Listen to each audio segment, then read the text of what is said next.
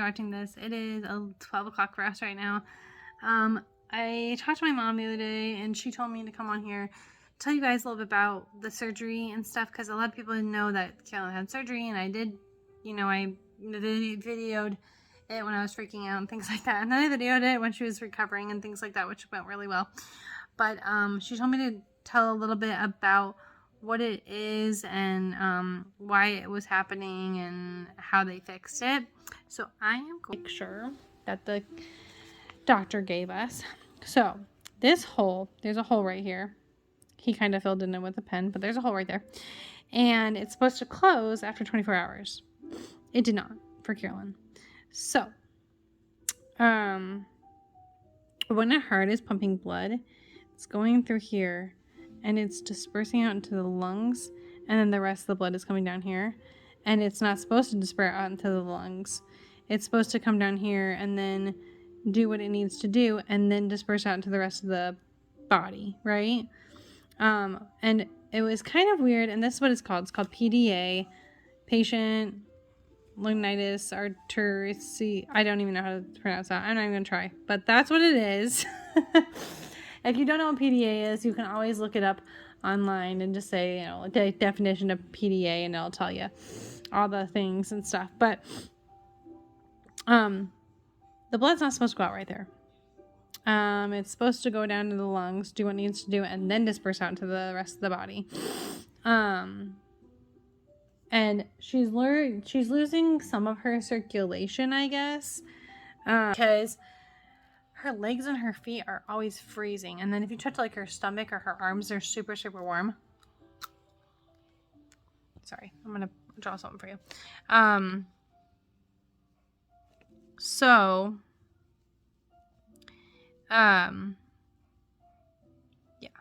So that's that.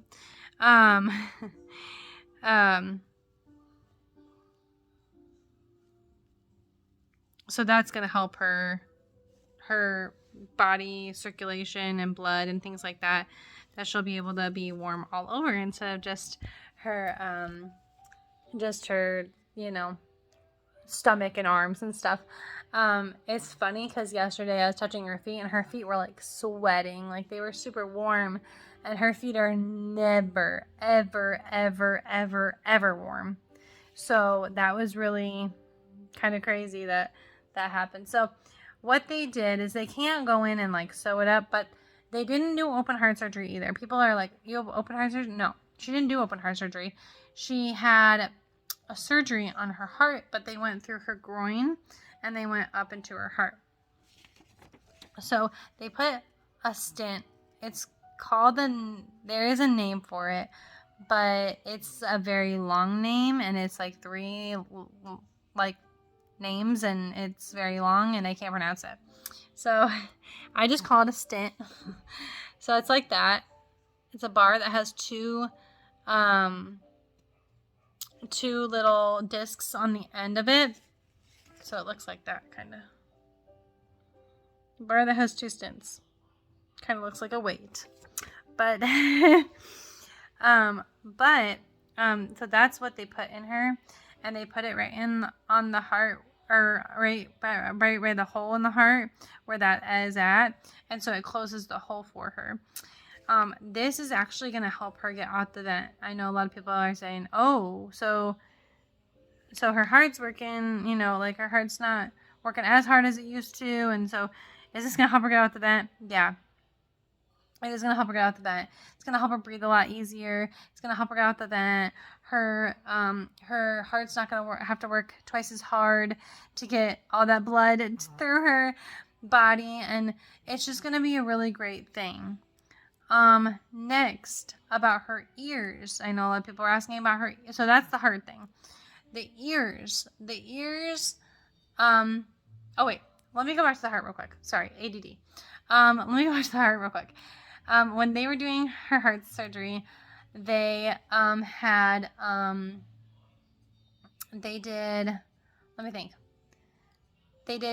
general anesthesia. We did not want to do general anesthesia because Carolyn blows up and then she doesn't open her eyes for like 3 days, and they can't give her pain medication because she gets addicted to it. It's just really bad. I mean, I went through that with Carolyn when she was in the NICU, where she was basically getting detoxed from being addicted to the medication. I saw her go through the withdrawals, and that was so hard for me to see my 3-month-old baby go through withdrawals because she was addicted to a medication. That was very, very hard for me. I don't wish that I'm even my worst enemy. That was very hard for me to watch her go through that. But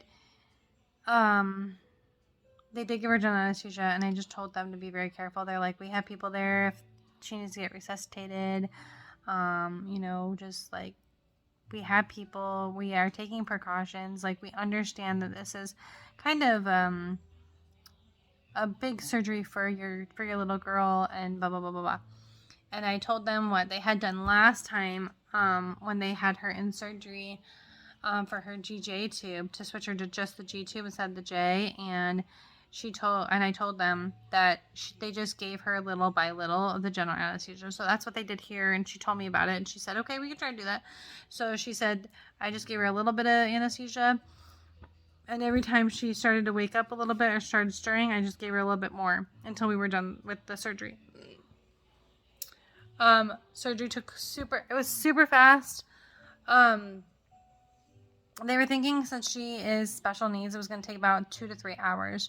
So me and T were sitting there having anxiety, and then we just started talking, and trying to keep our mind off of it, talking about different things. And like, we like to, like, if we won the lottery, what would we do? What would we do? And what would we do with the money? And how would we spend it? And things like that. And so we were just talking about that, just kind of keep our mind off of it a little bit. So that was fun. But we did that, and everything was fine. And we just kind of tried to keep our mind off of it. And then they called us, like, I think it was like 35, 40 minutes. Like, it was like, it might have been an hour. I don't know. It might have been an hour. But they called us. And I was like, and I remember looking at Trent and being like, that was not 2 hours. And he's like, so we were really worried that something had gone wrong. And that's why they were calling us to tell us what happened. And they're like, she's done. And I was like, she's done? And they're like, yeah. And I was like, oh, okay. And it was funny because me and Trent were like, well, should we go somewhere to get something to eat? Because, cafeteria food sucks. But we're like, should we go somewhere to get something to eat and then come back? Or should we not leave because she might be done? Like, blah, blah, blah.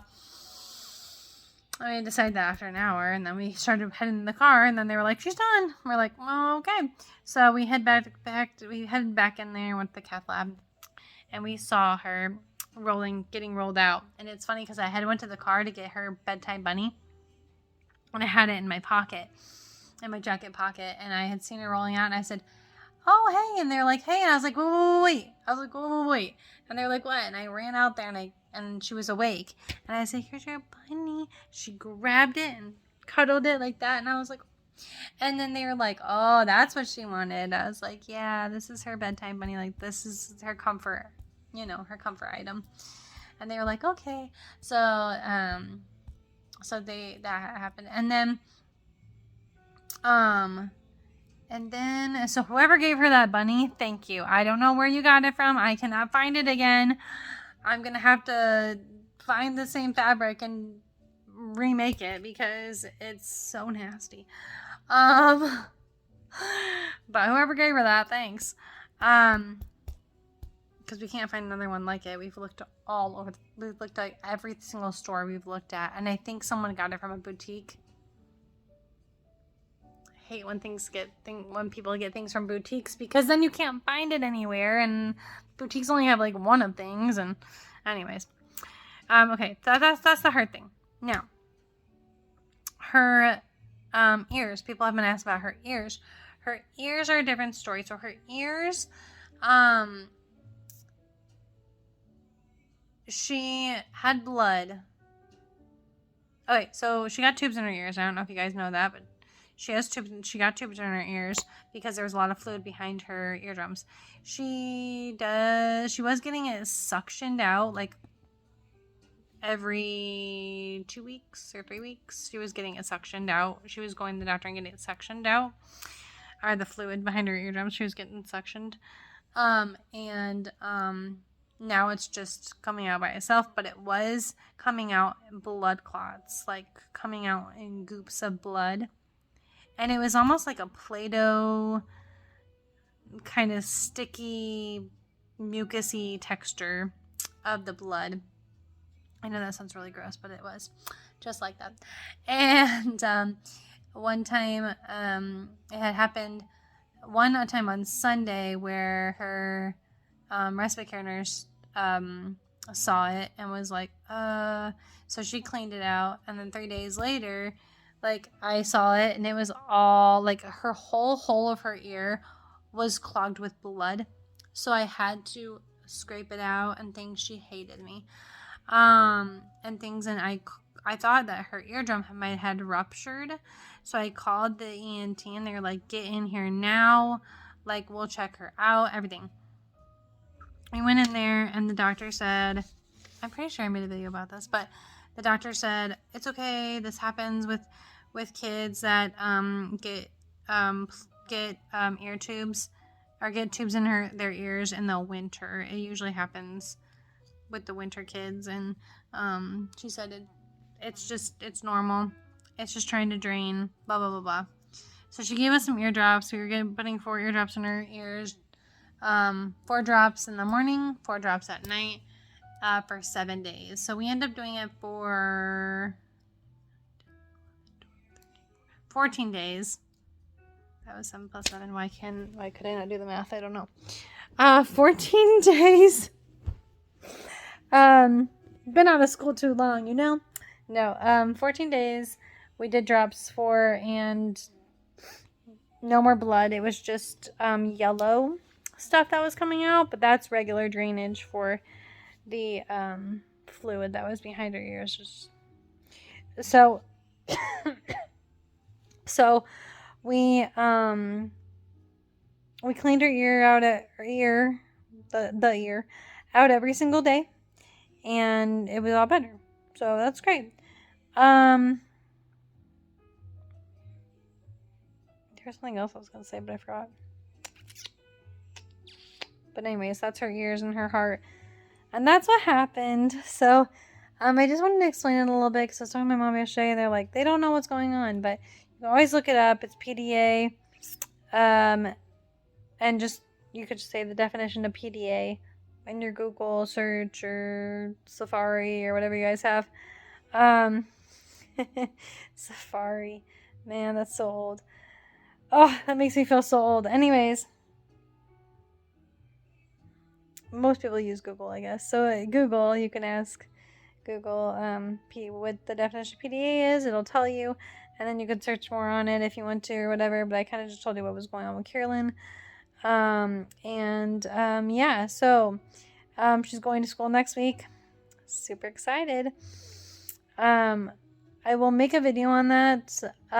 There was a couple things that had happened leading up to this. Her bus driver called me the other day. Made me really upset. So I will make another video about that later. I'm not going to get into that right now. So anyways, please subscribe. If you're new, subscribe. My name is Martina. My daughter's name is Carolyn. This is my time distribute journey, and some other stuff is in here too. If you could, please subscribe, hit that notification bell, because I do make videos sporadically. It's just whenever I have time. Because my life is so busy right now.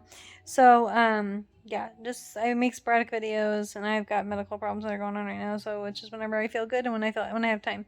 So, that's that. If you're not new, you know what to do. Give this video a thumbs up, like us, and we'll talk to you guys later. Thanks. Bye.